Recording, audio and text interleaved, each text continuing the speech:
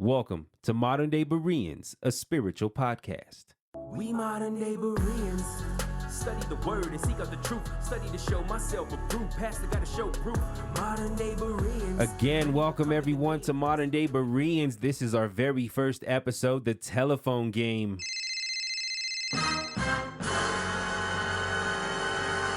I am your host, G the Messenger. Now, in order to kick this off right, we need to start by giving honor to the Creator Yah for his awesomeness and praise to Yahushua HaMashiach for his sacrifice and his salvation. So, we give all the honor to Yah and we give all praise to Yahushua HaMashiach. We're so excited here at Modern Day Bereans to be up and running. It's been a journey to get here, but we're here. So I would like to share what it is that we aim to do. At Modern Day Bereans, we strive to edify and educate the soul with spiritual enlightenment. Our foundation is firmly rooted in the Torah and all divine inspired texts that align with the word of Yah. How are we going to do this? For starters, we are going to be Bereans. You can find an account of the story about the Bereans in the book of Acts chapter 17. I always say it's best to start at verse 1 so you can get the full context, but for time's sake, I am only referencing verse 10 and 11. In the story, the Apostle Paul comes preaching the gospel in a town called Berea. And instead of just taking Paul for his word, the men of Berea search the scriptures day and night to confirm if what Paul was teaching lines up with the scriptures. Again, that's Acts 17, verse 10 and 11. And as I said, I encourage you to go and read the whole chapter. On this podcast, we're going to present information as well as dialogue with individuals from all walks of life and spiritualism/faith. Then we are going to put it to the test by searching the scriptures. We are going to dive into these doctrines of men. We are going to investigate historical facts, find like-minded and opposing ideology, supporting scientific evidence, and anything else that will give us a better insight and deeper understanding. By doing all of this, we are going to see that all ways of spiritualism/faith stem from the original way, which is the unaltered, unpolluted, and wholesome truth of the Torah, which is the words of Yahushua HaMashiach. In 1 Thessalonians chapter 5, verse 21, it states, "Prove all things, hold fast to that which is good." So that's exactly how we are going to do this, ladies and gentlemen. We are going to be modern day Bereans, and we are going to prove all things. A fun way to explain what I'm trying to say when I say that all ways of spiritualism/faith stem from the original way is the telephone game. This is a game that I played as a child with cousins and friends growing up. For those who have never played or heard of the telephone game, the concept of the game is a group of people either form a line or a circle, and the individual who starts the game whispers a word or a statement in the ear of the person next to them. This process is then repeated until you reach the last person in line, and the last person will reveal what was said to them. Then, the person who starts the game shares what they initially stated, and everyone can then compare, and usually the word or statement does not remain the same. Case in point, the Great Flood, spoken about and documented by every, and if not every, then almost every ancient civilization on the face of the earth. Seeing how we are rooted in the Torah, we are going to start with the perspective and account according to the Bible. In Genesis chapter 6, verses 13 through 22, Yah instructs Noah to build an ark because he is going to destroy the earth. He will wipe out mankind and every living thing except for them that are on the ark. After it's all said and done and the waters recede, the ark comes to rest on the top of Mount Ararat, located in the mountains of what is now modern-day Turkey. When Noah and his family, along with the animals, get off the ark, Noah offers sacrifices to Yah. He divides the land to his sons, and they begin to replenish and repopulate the earth. That is the Great Flood account in a nutshell, according to the Bible. Noah was 600 years old when the Great Flood took place, and we can precept that with Genesis chapter 7, verses 6 and 7. Noah himself lived to be 950, which means he lived 350 years after the Great Flood. we can logically conclude that not only did his sons learn the ways of Torah, but many generations of his grandchildren would have received a first-hand account of the Great Flood and instructions in the ways of the Torah. Over time, the account would become tarnished by the influence of other spirits with agendas to lead man astray from the truth. We can see references to this in Jubilees chapter 8, verses 1 through 4, Enoch chapter 8, verses 1 and 2, Genesis chapter 6, verse 5, and many more. According to the scriptures, after the flood, when the land was divided to Noah's sons, Genesis chapter 10, Japheth and his descendants settled in the isles of the Gentiles and most of the northern region of the map, which would be from Portugal to Far East Russia, also China, and all the way down to and through modern-day India. Shem and his descendants settled in the Holy Land, aka what I like to call the heart of the earth, known in modern times as the Middle East, which is from the Mediterranean Sea to the Persian Gulf, and more than most likely reaching as far east as Pakistan. Ham and his descendants settled in ancient Kemet, which is known as Egypt. Their land encompasses most of modern-day Africa. This is the starting point of the most massive, most epic, worldwide game of the telephone game to ever be played in the history of man. It was played back then, and it's still being played till this day. With all that established, let's explore a few of the many other ways of spiritualism/faith and their account of the Great Flood. Some say the oldest texts of the Great Flood come from the tales of the Epic of Gilgamesh, and others even go as far as saying that the ancient Sumerian texts predate the Bible. This can be simply explained by showing that they are not going back far enough in biblical time, and when you do, it's quite clear. In episode 2, I give a very clear breakdown with more than 2 to 3 witnesses, which verify from a biblical account of the Bible being present long before the days of Noah. Now let's get back to Gilgamesh. It's recorded on 12 stone tablets, and it's said to explain how Gilgamesh, the Sumerian king, reigned over Samaria for 126 years. It's filled with other information, but in this particular poem, the tale states that Gilgamesh, in his quest to obtain immortality, met a man named Napishtim who had been granted immortality after building a ship, called it the Preserver of Life, and survived the Great Flood. There is another tale of the Great Flood found in Hinduism. Some Hindu teachings say that Manu, the first man, was not visited by a god, but rather by a fish, and other Hindu teachings say that the fish is the deity of the Hindu god Vishnu. This fish/god tells Manu that the world will be destroyed by a great flood. Manu builds a boat and ties it to the horn of the fish. The fish guides Manu's boat through the flood and comes to rest at the top of a mountain. When the waters recede, Manu performed a ritual sacrifice by pouring butter and sour milk into the sea. 1 year passes, and a woman arises from the water and announces herself as the daughter of Manu. And it's said that Manu and his daughter repopulate the earth. I am referencing a couple of articles here, one from the publicbroadcastingstation.org website titled A Flood of Myths and Stories by Lindley Keep, written in February 2020, and one from the Britannica.com website titled Flood Myths. All of the sources, verses, and music used in this episode will be linked in the description box for you.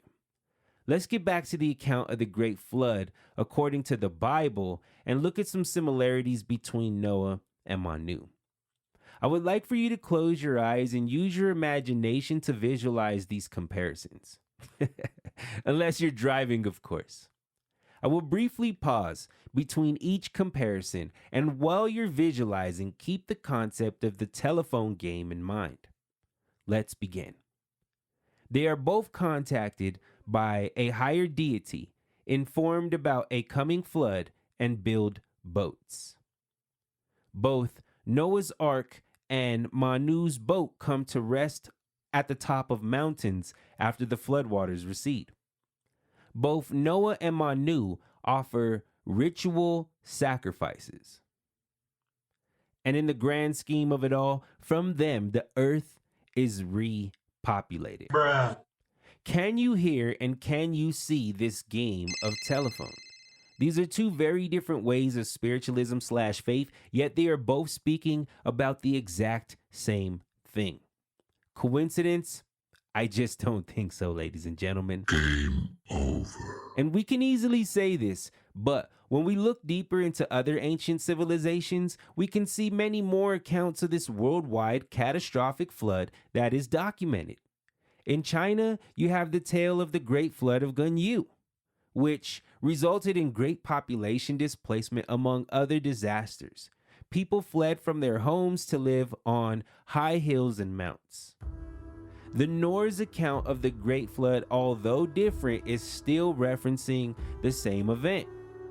Odin and his brother slay a giant. Blood pours out from his body and floods the earth. A single giant and his wife make an ark. They are saved, and their tale says they go on to repopulate the earth. The Aztec account of the Great Flood speaks of Tilacauan, also known as Tezcatlipoca. The tale says that Tilacauan warns a man named Nata and his wife Nina of a coming flood. Nata and Nina hollow out a cypress tree and Tilacauan seals them in. The tale differs here, where instead of the people being killed by the flood, they were turned into fish. Nata and Nina disobey Tilacauan by eating the fish, and he turns them into dogs. Let's start connecting some dots here. Going back to the biblical account and keeping in mind that Noah, prior to, during, and after the flood, was a righteous man who walked with Yah, we can logically conclude that Noah would have been teaching Shem, Ham, and Japheth the spiritual ways of the Torah. In our second account of the Great Flood, we lightly went over the Sumerian Babylonian text titled the Epic of Gilgamesh. The Sumerian and Babylonian people are of Semitic descent, meaning they are descendants of Shem, who is the son of Noah. The early generations would have been those generations of Noah who received first-hand accounts of the flood and direct instructions in the Torah. Remember earlier how we mentioned there are spirits with agendas to lead man astray from the way. I believe Jubilees chapter 8 verses 1 through 4 is a great example of that. In the verses, Arpachshad, grandson of Noah, Genesis chapter 11 verse 10, is born 2 years after the Great Flood. He finds writings carved on the rocks, omens about the sun, moon, and stars, which were written by the Watchers. Verses that reference the Watchers are Enoch chapter 7 verse 2 and Genesis chapter 6 verse 2. Arpachshad writes down these omens and says nothing to Noah, for he was afraid that he would be angry with him, clearly showing that it was not the correct way being taught to them. This one is pretty easy to see how and why the Epic of Gilgamesh lines up with the biblical text. The Hinduism account has an overwhelming amount of similarities to the biblical account that it's almost like they were copied from one another and slight alterations were made. The East Indian man is a descendant of Japheth, who is a son of Noah. If you keep reading in Jubilees chapter 8 verse 5, it tells you that Arpachshad marries the daughter of Madai, who is a descendant of Japheth. And though we didn't cover it, the tale of the Great Flood can be found in Egypt, also known as ancient Mitzrayim / Kemet. These are the descendants of Ham, who is also the son of Noah. So far, all of these tales come from the people who descend from the people who lived through the Great Flood, and these people, prior to any of these other beliefs / spiritualism, already had a way of belief / spiritualism that they were practicing. Remember, a spirit came to Noah and told him a flood was coming. Noah offered sacrifices to that spirit when he came off of the ark, and his grandson was afraid to show him other writings from other spirits because he didn't want his grandfather to be upset with him. I asked earlier and I have to ask again. Can you hear and see this game of telephone? And really, we're just scratching the surface, so when one dives into this, the picture becomes very clear to see. I know there's going to be people who say, well, you know what? I don't subscribe to any of those ways of belief or spiritualism. I'm an atheist, or I believe in science. And to those individuals, I would say the same thing to them as well. Through science, we can trace all creation back to the creator or creating spirit, and it takes a whole lot of faith to believe that we are fish, stardust, monkeys, or that we come from an explosion, seeing how there has never been an eyewitness to any of these occurrences.